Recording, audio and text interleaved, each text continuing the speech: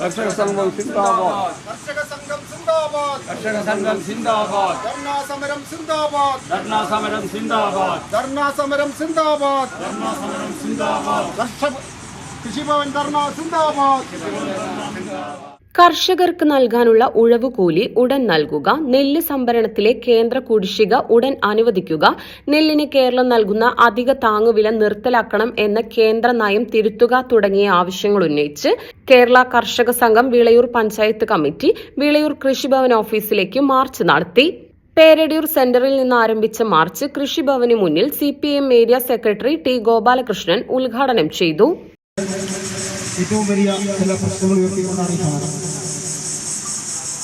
ഇവിടെ അസംബ്ലി തെരഞ്ഞെടുപ്പ് നടക്കാനിരിക്കുക. 6 മാസം മുമ്പേ തന്നെ കോൺഗ്രസ് നേതാക്കൾ പ്രഖ്യാപിച്ചു, VD സതീശൻ ഉൾപ്പെടെ എല്ലാ കോൺഗ്രസ് നേതാക്കൾ പ്രഖ്യാപിച്ചു, ഞങ്ങൾ 100 സീറ്റ് നേടി അധികാരത്തിലെത്താൻ പോവാ. അതിങ്ങനെ പറഞ്ഞുകൊണ്ടേ ഇരിക്കുക. എല്ലാ ദിവസവും 3 നേരം പറഞ്ഞു 100 സീറ്റ് നേടി അധികാരത്തിൽ. എന്തിനു വേണ്ടിയാണ് കോൺഗ്രസ് നേതാക്കൾ പറഞ്ഞത്? അത് നടക്കില്ല എന്നവർക്കറിയാം. പക്ഷെ അവര് പറഞ്ഞ 2 കാര്യം കാണാനാണ്. ഒന്ന്, ഈ തെരഞ്ഞെടുപ്പിൽ വൻതോതിൽ പണം പിരിക്കാം. അധികാരത്തിൽ വരുന്ന പാർട്ടിയാണ് എന്നതുകൊണ്ട് വലിയ പണപ്പിരിവ് നടത്താം. അതാ ഒരു ലക്ഷ്യം. രണ്ടാമത്തതും പ്രധാനപ്പെട്ടതുമായ ലക്ഷ്യം എന്താ?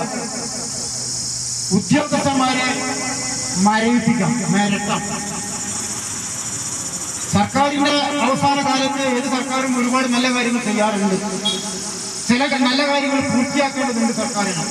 ഉദ്യോഗസ്ഥന്മാരുടെ സഹായം സർക്കാരിന് നിർബന്ധം.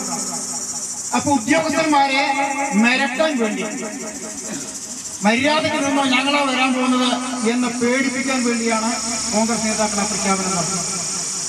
കേരളത്തില് കഴിഞ്ഞ ഏതാനും മാസങ്ങളായി പല കാര്യങ്ങളും ഗവൺമെന്റ് ആഗ്രഹിക്കുന്നത് നടപ്പാക്കാൻ ഉദ്യോഗസ്ഥന്മാർ കൂട്ടാക്കുന്നില്ല.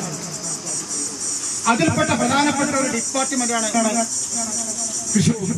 UK വിജയൻ അധ്യക്ഷത വഹിച്ചു. KV Gangadharan, K Manikandan, Rajan, NP Ramdas master, V Surendran എന്നിവർ പങ്കെടുത്ത് സംസാരിച്ചു.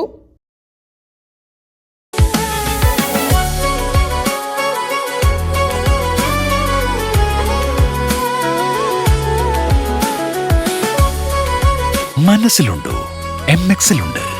MX വെഡിംഗ് സെന്റർ ഇനി വളാഞ്ചേരിയിലും. MX wedding centre Valanchery, Pattambi, Koottanad, Koppam, Kecheri.